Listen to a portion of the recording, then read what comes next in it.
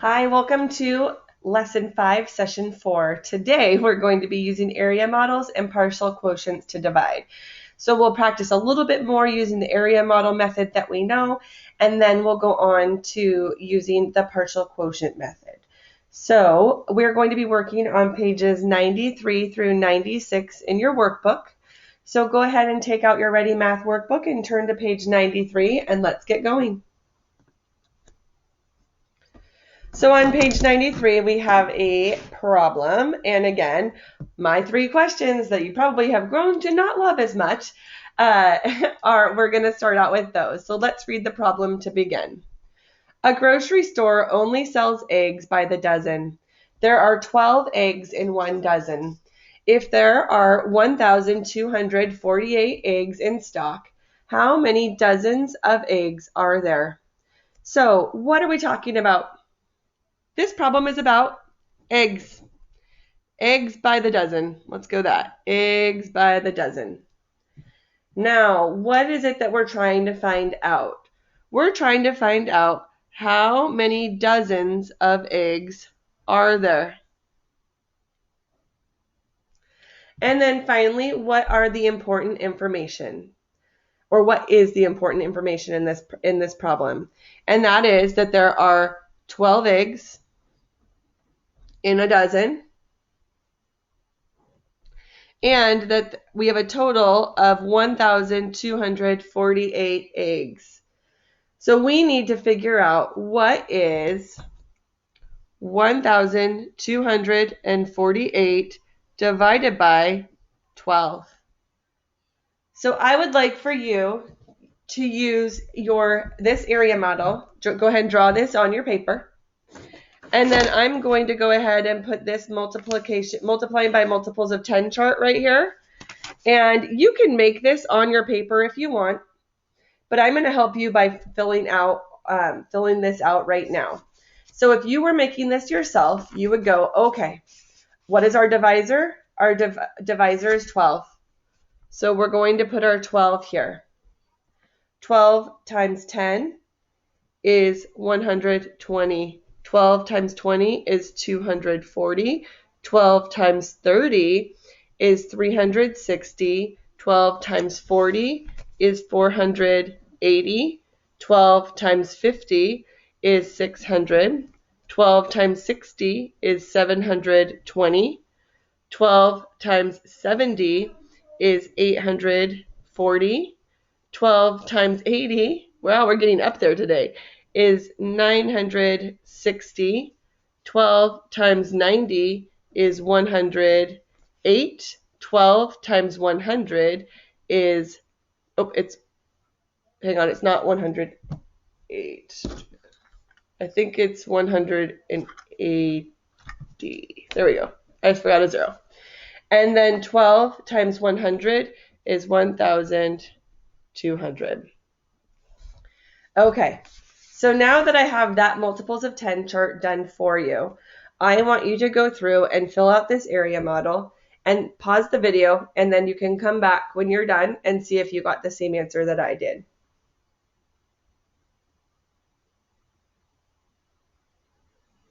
Okay, the first thing we need to do is fill out our area model. So we have our dividend is 1,248. We have our divisor, and we don't know what our quotient is. We're going to carry our divisor over to the side. We're going to put our whole dividend in the middle, and then we're going to get going. So the first thing we need to do is figure out how many times does 12 go into 1,248 without going over. So I can immediately see that 12 times 100 is 1,200, and that's going to get us very close to our dividend. So we are going to write 12 times 100 and then put our 100 up top. Then what is 12 times 100? That is 1,200.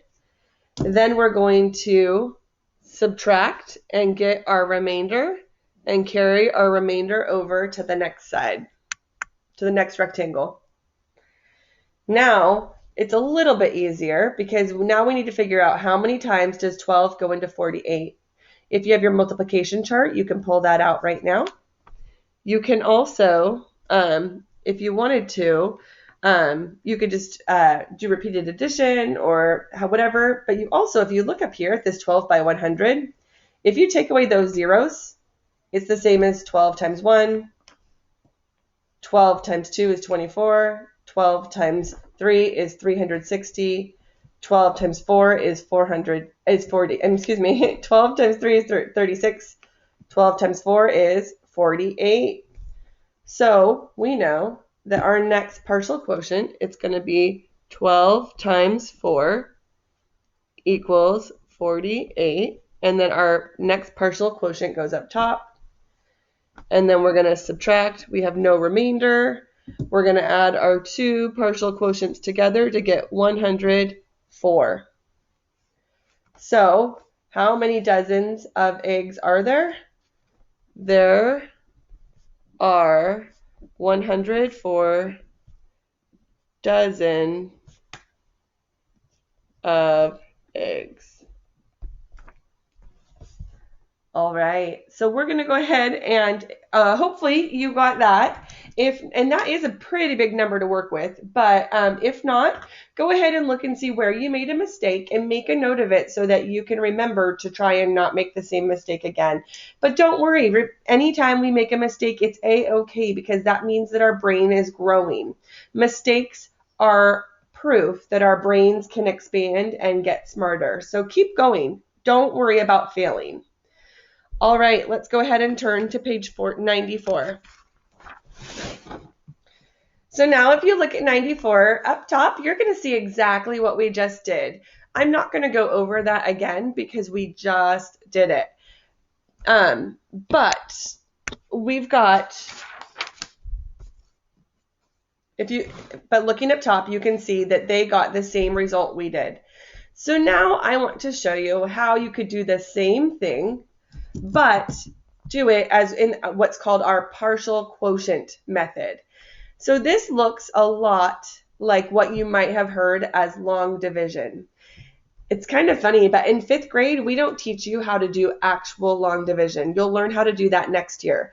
But we do teach you how to do partial quotients.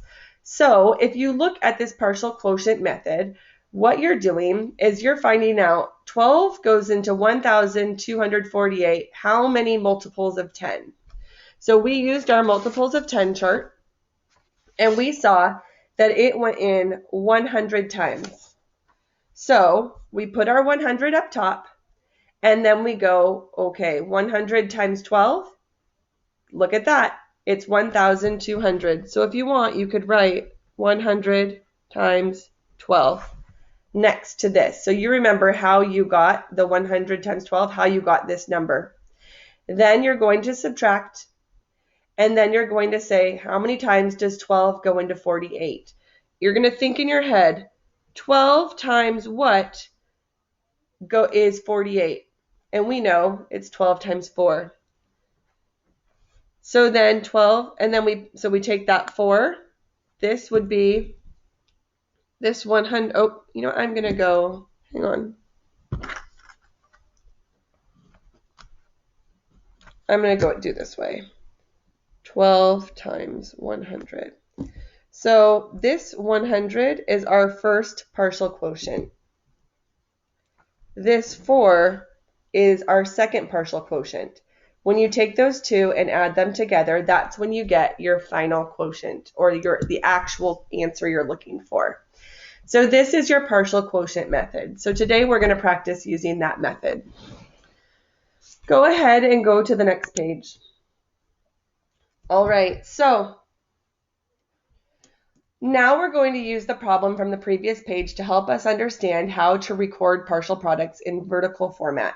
Okay, that means going up and down. Right now we've all of our writing has been side to side, but now we're going to go up and down.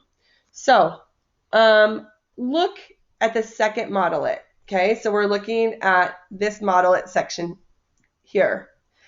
How many hundreds are in the dividend? So if you look, you're looking at, let me It's a little bit bigger. Okay.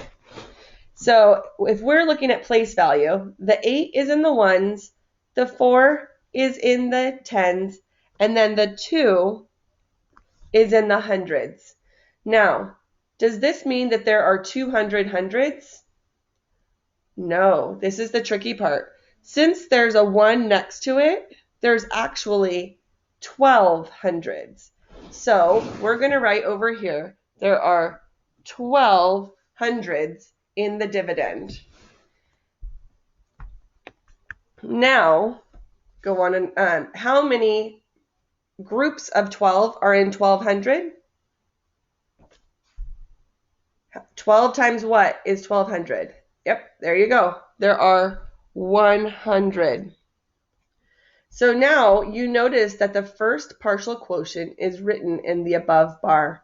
So we could look and see that we knew that there were 100. The first partial quotient is 100. So after writing the first partial quotient above the bar, up here, we wrote the 100.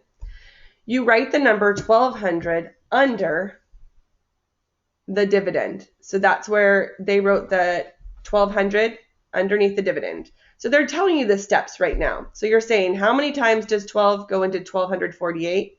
It goes in 100 times. Then we go, okay, well, 100 times 12 is 1200.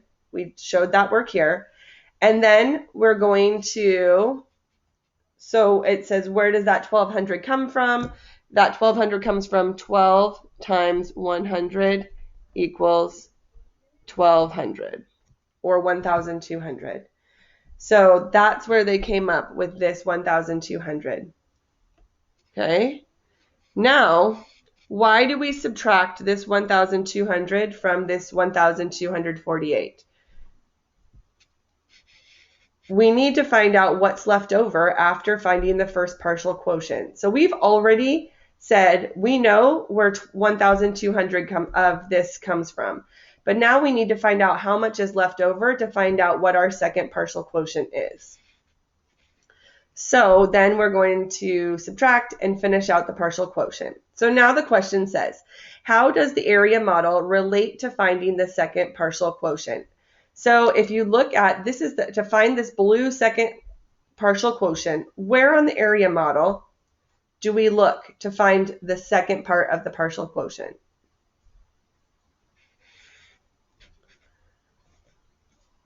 We look on the area model and we see this second rectangle, and here we see that 12 times 4 equals 48. So that means that 4 is our second partial quotient. So we can put the 4 up top as our second partial quotient. We know that 12 times 4 is 48, and then we see that we have no remainder. So basically what we've done is this area model does all the work horizontally, going side to side. The partial quotient method does the same thing, but it goes up and down. And this might be a little easier for your brain to work with, just because you're not drawing the pictures, and this might be kind of confusing in your brain, but this might make more sense. And then to some of you, this is going to be confusing, and this makes sense. And that's the wonderful thing about math, is that whatever method works best for you is the one that you're going to use. So explain how to use partial quotients to find 1248 divided by 12 and how many dozens of eggs are in the grocery store. So I'm going to go ahead and say that to find the partial quotients, we would use those partial quotients. We would add the two together. Oh, now you see it all. You add the two partial quotients together to get your answer, which is 100 plus 4 is 104 dozen of eggs. So to find our partial quotients, let me show you what you do. So first, you find out, if we're looking at this method, first you find out how many multiples of 10 does 12 go into 1248. And in that case, it was 100. Then you multiply those, you put the product here, and then you subtract. And so then you go, how many times does 12 go into 48? It goes in 4 times. 4 times 12 is 48. And then you subtract and you have your remainder of 0. So your first partial quotient is 100. Your second is 4. Then you're going to take those two together, add them together to find your final quotient. So today, what I'd like you to reflect on is we've now learned the area model and the partial quotient model. Which strategy is your favorite and why? Go ahead and pause the video and answer that question on your workbook.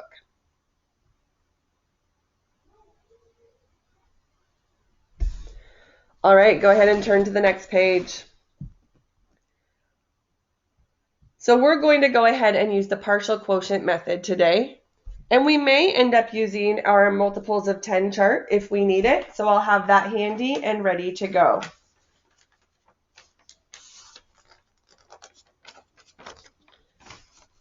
All right, so what is the quotient 583 divided by 11? So this time, instead of making an area model, we're going to draw it out using what you might think of as a standard division problem. So what is 583 divided by 11? So the first thing we need to do is we need to find out how many times 11, how many multiples of 10, 11 goes into 583 without going over. So we put our 11 on our multiples of 10 chart. 11 times 10 is 110. 11 times 20 is 220. 11 times 30 is 330. 11 times 40 is 440. 11 times 50 is 550. 11 times 60 is 660. And, we can stop because we've gone over. So what multiple of 10 is the most that we can do? What is the multiple of 10 is the greatest without going over 583? That's right. It is this number right here, 550. So this is our first partial quotient. You're going to go ahead and write that above the dividend. Now we're going to say, okay, what is 11 times 50? What is 11 times 50? We don't have to do the work. We already know. It's 550. So we're going to write that underneath, and then we're going to subtract to get our remainder that's left over. 3 minus 0 is 3. 8 minus 5 is 3. 5 minus 5 is 0. So now we are left with 33. Next, we're going to get our next partial quotient by saying how many times does 11 go into 33? Now, you can use your multiplication chart if you need to, or you may know that 11 times 3 is 33. So your next partial quotient is going to go up above the first partial quotient. So you've got your first partial quotient and your second partial quotient. And then down here, you're going to write 11 times 3 equals 33.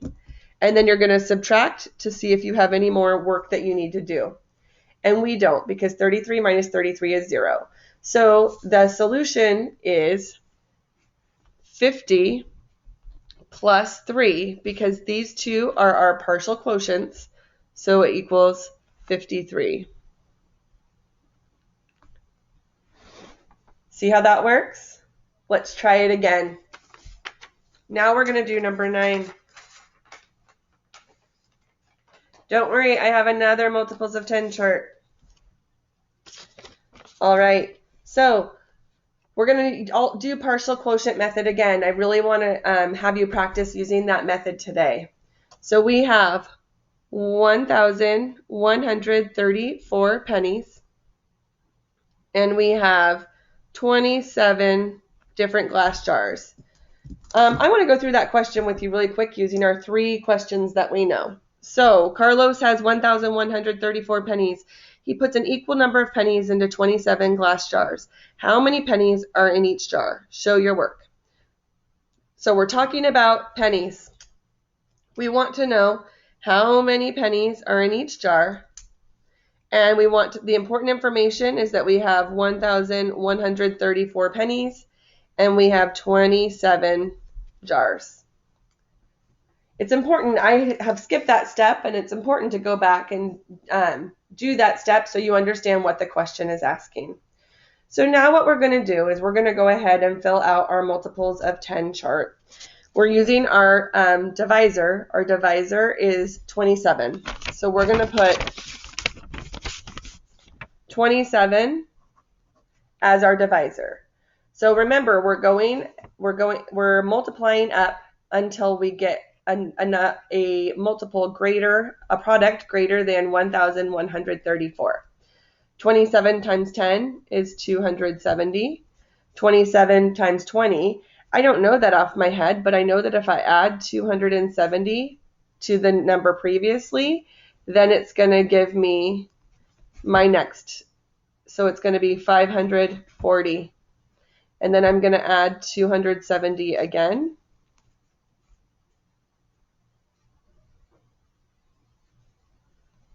And get 810. And then I'm going to add 270 again. And get 1,080. Now that's not quite there yet, so we've got to keep going to make sure we do it right. So then we're going to go 0, 5, 1,350. Okay, so what I did there, when I didn't know what the how to move in multiples of 10, I just used repeated addition and added 270 each time to give me my next multiple of 10. And that's just a really quick way that you continue to add up. So now we know that our answer, because we're looking for 1,134, that's going to be somewhere in the middle of these of 40 and 50 is where our answer is going to be. So what is the largest multiple we can do without going over 1,134? That's right. It's going to be 40 times 40. So our 40 is going to be our first partial quotient. So we're going to put 40 as our first partial quotient. And then we know that 27 times 40 equals 1,080. Then we're going to subtract to get our remainder.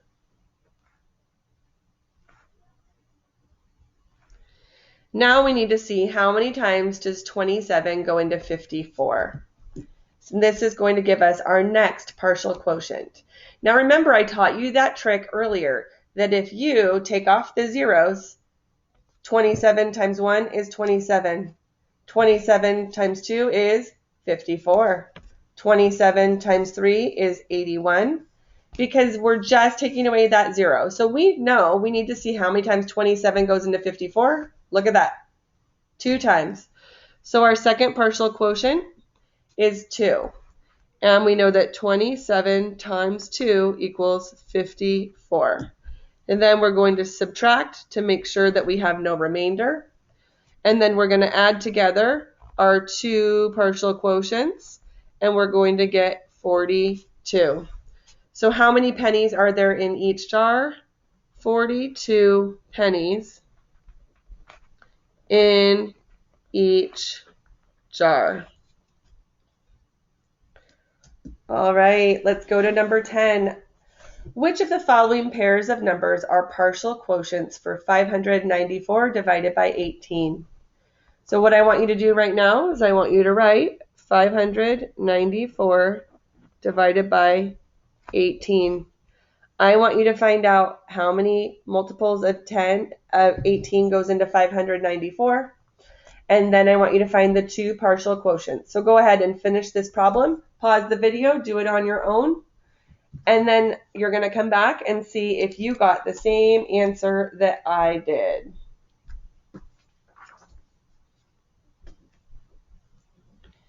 You should have the video paused.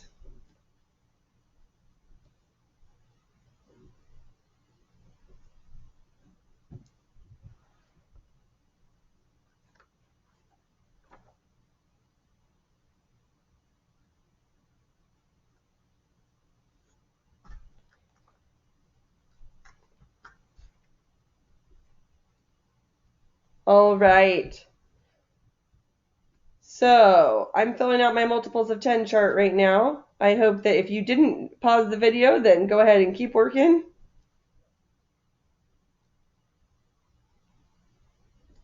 All right. So here we go. So the first thing we're going to do is we're going to look and say, how many times does 18 go into 594? I've got my multiples of 10 chart right here.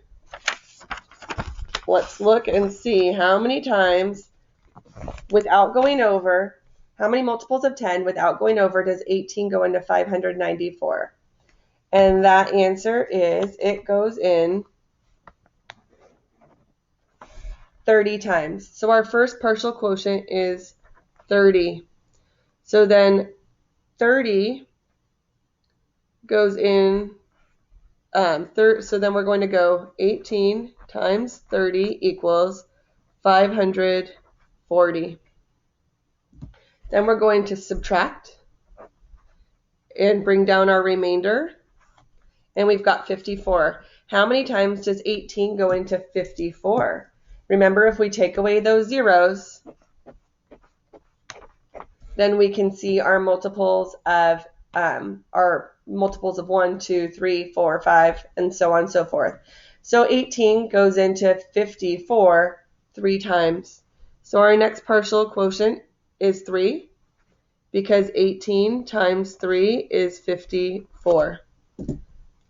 Then we subtract to make sure there's no remainder. So what are our two partial quotients? They are 30 and 3. And with that, you've reached the end of the lesson, and you can go ahead and move on to your independent practice.